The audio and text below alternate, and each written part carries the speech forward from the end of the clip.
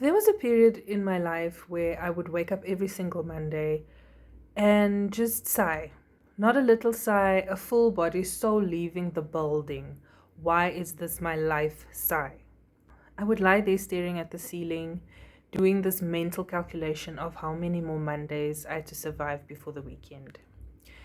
And then I would drag myself out of bed, put on my professional human costume, and go and sit in the building for 8 hours doing work that I had convinced myself I hated. And the thing is, I didn't just mildly dislike my job, I had a whole relationship with hating it. I talked about it constantly, I complained to my friends, my family, anyone who would listen. And I built an entire personality around being someone who was too big for their corporate job and was being held back by the system. I was exhausting. I was genuinely exhausting to be around. I'm Tiffany, and welcome back to the channel. Today, I want to tell you a story of how I went from being that person, the one who hated everything about corporate life, to someone who actually shows up differently. Not because the job magically got better, not because I got a promotion or a pay rise or a new manager, but because something shifted in my head, and that shift changed everything. Let me paint you a picture of who I was at the peak of my job hating era. I need you to not judge me because I have a feeling some of you are going to see yourselves in this very clearly. I was the person in the office who had a response to everything. New policy announced, I roll. Team meeting scheduled, I roll. Someone above me got a promotion I thought I deserved. Full debrief with my work best friend in the bathroom. I had a group chat. We all have a group chat. You know the one. Where every work frustration gets immediately reported like breaking news. Did you see that email? Who does he think he is? I cannot with this place today. That chat was active, very, very active. And outside of work, it was even worse because I would get home and instead of leaving work at work, which is already hard enough, I would bring every grievance with me. My evenings were basically a debrief session. Dinner tasted like complaints. My weekends had a shadow over them because Sunday existed. And here's the thing I didn't realize at the time. All of that complaining, all of that resistance, all of that low-level constant resentment, it was costing me so much more than my job ever was. It was eating my time, my energy, my mood, my relationships, my sleep. I was so busy being miserable about work that I had nothing left over for anything else. Including, and this is the part that really gets me, building the thing I actually wanted. The wake-up call came from the most unexpected place. It wasn't a book or a podcast or some big life event. It was a conversation with someone I really respect, and they said something to me that I did not want to hear. We were talking about work and I was doing my usual thing, cataloging everything wrong with my job, my company, my industry, and they just looked at me and said very calmly, "You spend more energy hating this job than it would take to just do it well and build something on the side. You're using your resentment as an excuse not to actually try." I wanted to argue with them. I opened my mouth to argue with them, and then I closed it because I knew they were right. That sentence rattled my head for weeks. Using your resentment as an excuse not to actually try. Because what I had been telling myself was that I couldn't build anything, couldn't focus, couldn't move forward because of my job. My job was the villain in my story, the reason nothing was happening for me. But the real villain was the 4 hours at night I was spending venting instead of building.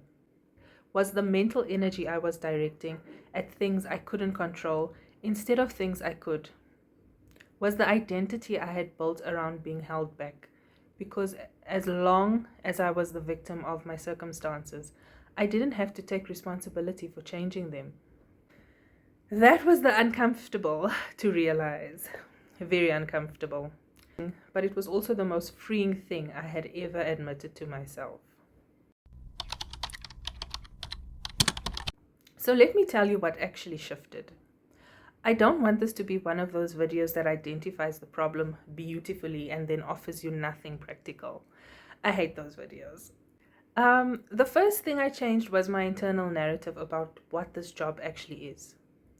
I stopped thinking of my job as a prison, and I started thinking of it as an investor. Every month, my job invests a salary into me, into my life, my stability, my ability to eat and sleep in a warm place and build towards something bigger. And when I started thinking of it in that way, as a resource rather than a trap, my whole energy toward it changed. The second thing I changed was where I directed my frustration. Before, when something annoyed me at work, an unfair decision, a frustrating dynamic, something that felt like a waste of my talent, I would direct that energy outward, into complaining, into resentment, into the group chat. Now I redirect it inward, into fuel. Every time work reminds me of why I'm building an exit, I use that feeling to go and do something, anything toward that exit. The frustration becomes information. It tells me what I don't want, and that clarity is actually useful. The third thing, and this one surprised me the most, I decided to actually be good at my job on purpose. I know, stay with me. Because what I was doing before was this very petty thing was where I was doing the bare minimum as a form of protest. Like, I'll show them, I won't give my best. But the only person I was showing was myself. And what I was showing myself was that I was capable of mediocrity, that I could half show up to something and call it a day. When I started actually applying myself, not for them but for me, two things happened. One, the days got easier because I was engaged instead of resistant. And two, I started developing skills and a reputation that are going to serve me long after I leave. I'm building my portfolio from the inside out. My job is now a training ground for the version of me that's coming. I want to share a few smaller mindset shifts that I don't hear talked about enough, because the big reframes are great, but it's actually the small daily ones that hold everything together. The first one, I stopped making my job responsible for my mood.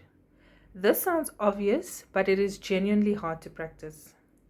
Before, if I had a bad morning at work, the whole day was written off. The whole evening was colored by it. I was handing my emotional state over to an institution every single day, then wondering why I felt out of control. Now I treat my mood as mine to manage. Work can be difficult, and I can still choose how I respond to it. That separation between what happens and how I react has been everything. The second shift, I stopped competing with the timeline I thought I was supposed to be on.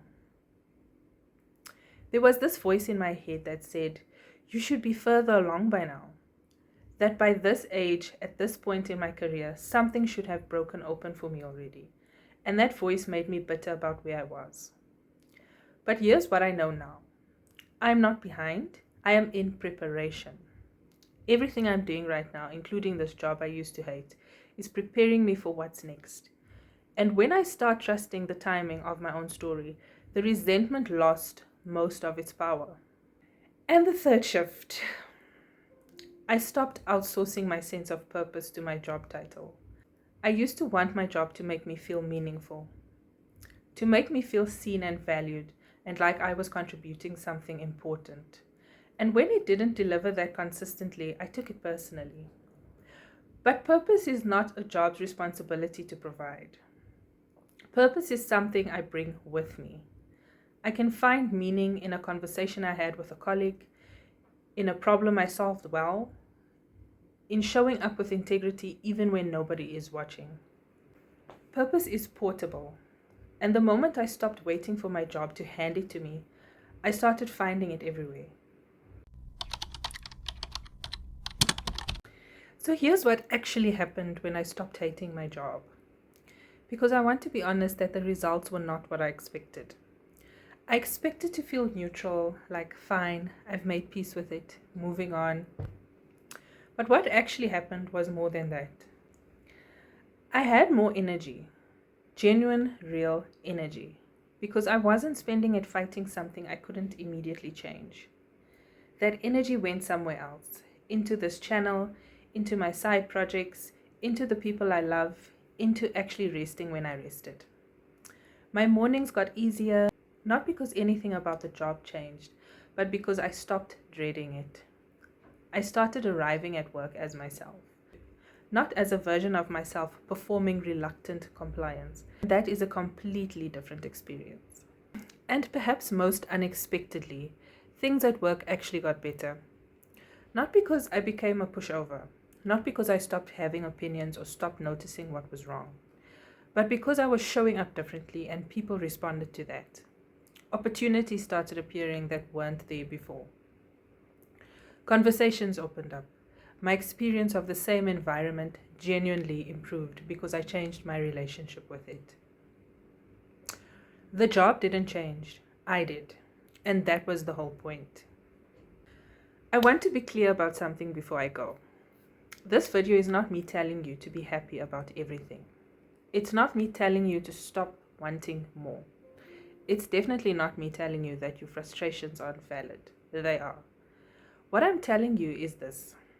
Hating where you are does not get you where you want to be any faster. In fact, it slows you down.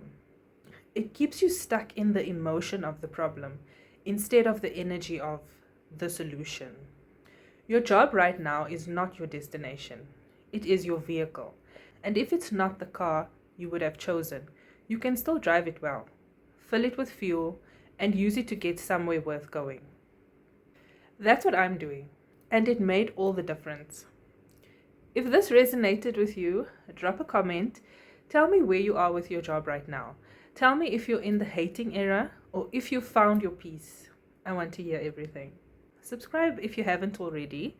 Share this with the friend who needs it. You know who she is. And I'll see you next week.